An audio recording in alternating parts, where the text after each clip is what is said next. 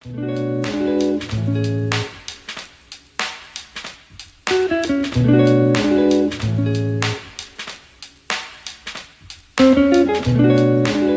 everyone, and welcome to the Girls In podcast series. We're now on episode 5. So, we have a really interesting female founder in our guest seat today, and she's taking the gaming industry by storm. I don't think I've ever kind of read up on someone whose life is really consumed and absorbed into the world of gaming and design. Probably maybe my little brother could compete with that, maybe in that section, but his is more the physical gaming side. But today we welcome DinoByte Labs co-founder Louise Leolin. So how are you, Louise? I'm really good. Thank you so much for having me. Yeah, no worries. Thank you so much for coming on to the podcast. As you know, it's all about sort of influential female founders in industries across the world. So you're our first sort of kind of founder who's in from this industry, and really excited to have you on this show. So it'd be great to find out kind of where the Definitely. initial love and kind of passion for the topic came from. So in terms of gaming, that's just been something that has been a part of my life since I can remember, really. Sure. I think I started playing games when I was 4 years old or something like that. So definitely quite young. And it wasn't until probably my 20s that I realized it could actually be a career because you hear about careers like making video games. That sounds like something that isn't real because it's too fun to be a job in a sense. But it's real. There are degrees that you can do for it. And I'm really, really happy that it's the path that I ended up choosing. Nice, that's really cool. And I do have one question. What is your favorite game that you have probably played? Now, this could be relatable to any time of your life. Oh, So it doesn't have to be the game, but what gave you the best gamers experience? oh gosh, there are so many. um, I think for me, when I was younger, one of my favorite games, I played a lot of Nintendo games like Zelda and Pokemon and stuff like that, which were the first games that I really became obsessed with in a sense. Right. But as an adult, I realized that gaming could be so much more where you play games where you actually get to create the characters yourself. Amazing. You get to choose their backstory, gender, etc. So games like the Elder Scrolls series and Dragon Age definitely stand out as really important games in my life. Amazing. Yeah, that's really cool. And I suppose where did the idea for DinoByte kind of come from, and how did it start? Well, I did my degree at the University of East London, and the degree that I did was interactive media design. And then alongside that degree, there were other students doing the game design degrees. So I ended up networking and making a lot of friends who are game designers, and we worked on a lot of projects together. And then once I graduated, I got my first job as a user experience designer at a design agency doing a lot of like web-based things and apps, and it was interesting, but it definitely wasn't what I was passionate about. So with my sort of network of really, really great design friends, we decided to get together and start DinoByte to make our own games. Great, that's amazing. And how does the sort of user experience work? Is it literally a kind of B2B sort of kind of idea, or is it business to consumer? How does it work?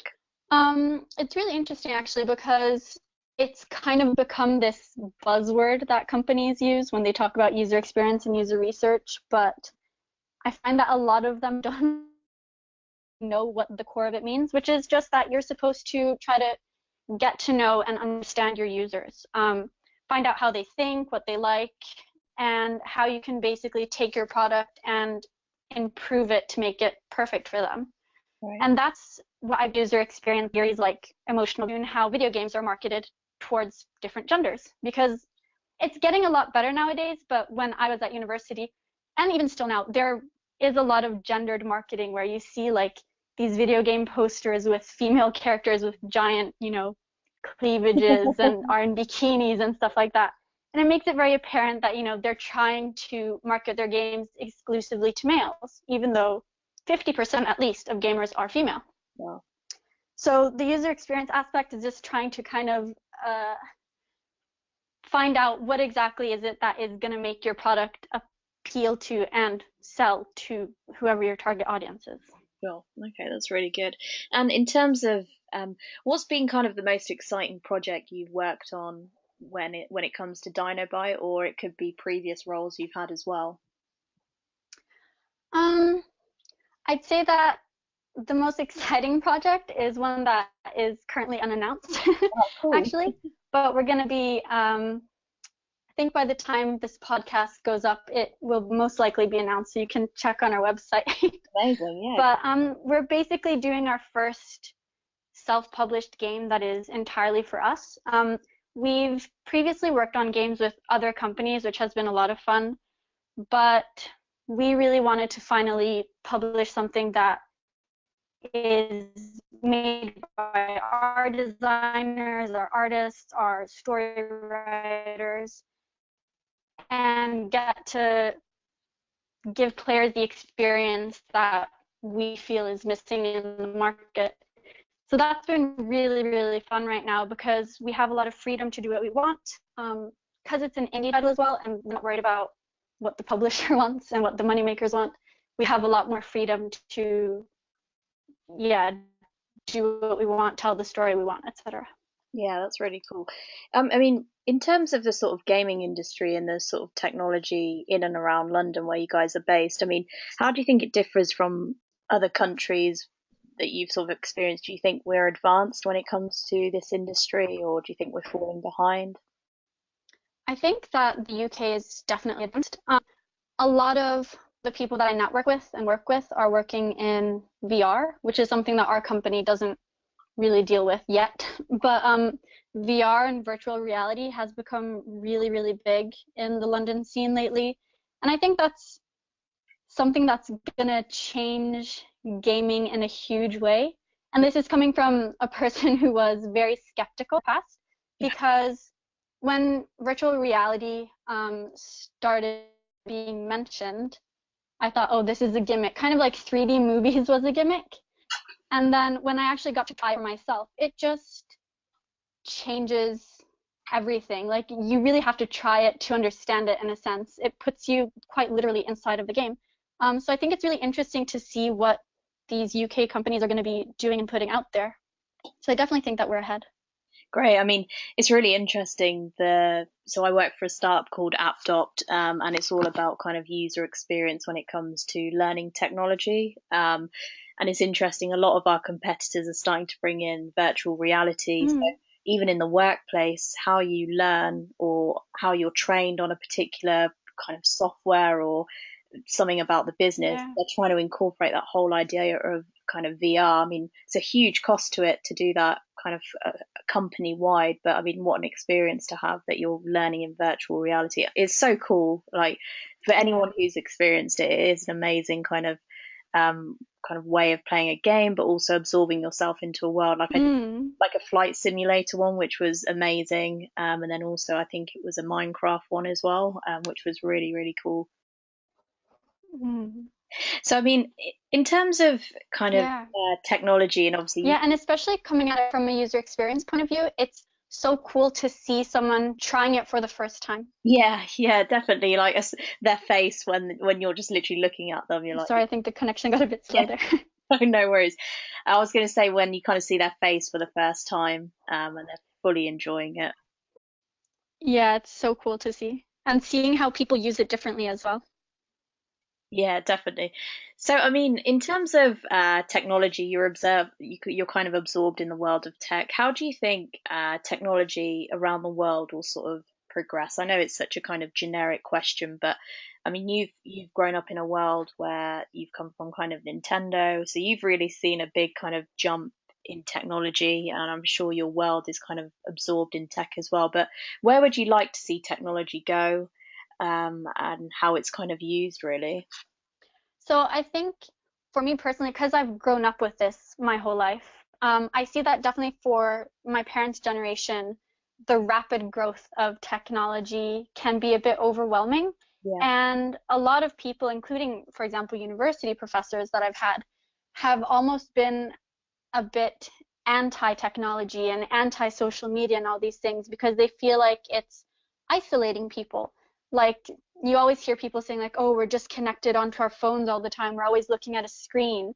Whereas I think that technology actually has the power to bring us closer together. Yeah. And I see that in the sense that, you know, not only do we use social media to talk to people all around the world, to network with people in terms of business, but also gaming is becoming much more social. And I think that we're going to see even more games that use social aspects where you can play together regardless of where you're from.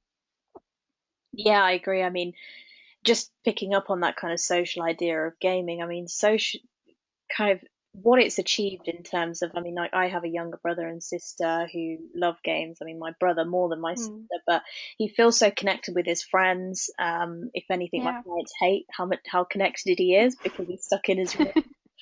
But if anything, it's obviously there's a whole level of kind of cyberbullying which you could look at, but there's also that whole idea Mm. that these individuals can feel connected with people worldwide, and like that whole idea of opening your network up to so many people is a lot. There's far more better kind of scenarios which are happen than kind of the negative stuff which the news sort of focus in on. So it's really Yeah. cool. It's amazing the way technology keeps everyone connected. Yeah, very cool. Yeah, and it is um, difficult because I see, you know, my cousins or younger siblings using iPads and using websites, and I also worry because of the social aspect there, because you don't really know who it is you're talking to on the other side of the screen. Me as an adult, I know, you know, what sort of information it's okay to give out and things like that. But I think that as things become more social, as we become more connected, there will also come, you know, these types of tools for parents to use that hopefully should protect younger people. Yeah, definitely, I agree, and I think, um, I mean, our government specifically, especially in London and the UK, they're really kind of honing in on the whole security, especially with these cyber Yeah. attacks as well. Security is such a big thing. But yeah, I Mm. mean, kind of my final question, before we wrap up, it would be if you could give your younger self any advice, what would it be? I'd say to myself to always say yes to every opportunity that's given to you. Yeah, I think when I was a lot younger, I was a bit more cautious, maybe a little bit anxious, and sometimes I'd think, oh, this is too big a thing for me to do. Maybe I won't be able to handle it, so I'd rather just say no than try. Whereas now I've just adopted this mentality that every opportunity, like including this podcast, I have to say yes to it because you never know what could come out of it. And very true. that's definitely been how I've made some of my best connections is just saying yes to something which I thought might not get me anywhere, but then I meet some great people and end up doing some amazing projects with them. Yeah, definitely. I mean, it's a great mentality to have, and mantra of life is just say yes to everything, especially opportunities in. I Mm-hmm. mean, I always feel when you work in the startup world, where not just in London but across the UK and across the world, like everyone's so open to ideas. When you go to events and networking, like there's so Yeah. amazing ideas out there, and it just opens your mind even more, and you feel like when you come back to the office the next Mm. day you feel like you can take on anything because you're like, "Do you know what, you're amongst so many different startups that we're all trying to kind of make our idea work and get our voice heard, really." So yeah, that's a great one, Louise. And definitely, especially here in London, I feel like um, the scene in general, everyone is so friendly. They all want to help each other out, help, you know, big each other up. And there's so much positivity around entrepreneurialism, whether you're in tech or any industry. So, really, in that sense, there's nothing to be afraid of in terms of saying yes. Yeah, 100%. I think everyone's kind of so welcoming when it comes to your ideas, that everyone wants to put their um, kind of how to tweak it, how to make it better, and always put you in. I always feel like when I come away from a conversation with someone, they always want to put you in touch with another person, which leads to another opportunity. So, yeah, 100%. Say yes to everything, whoever's listening. It's a great way to kind of live your life. So, thank you so much, Louise, for coming onto our podcast and joining us for this series. Exactly. So of course, this podcast will be live on the YouTube channel. So enjoy and have a listen to any Thank of you the. so much for having me. Yeah, no, of course, Louise. Thank you so much for joining us. And that's the end of our episode. If you've got any other kind of comments or questions for Louise, then please do just post them in the YouTube below. Thank you.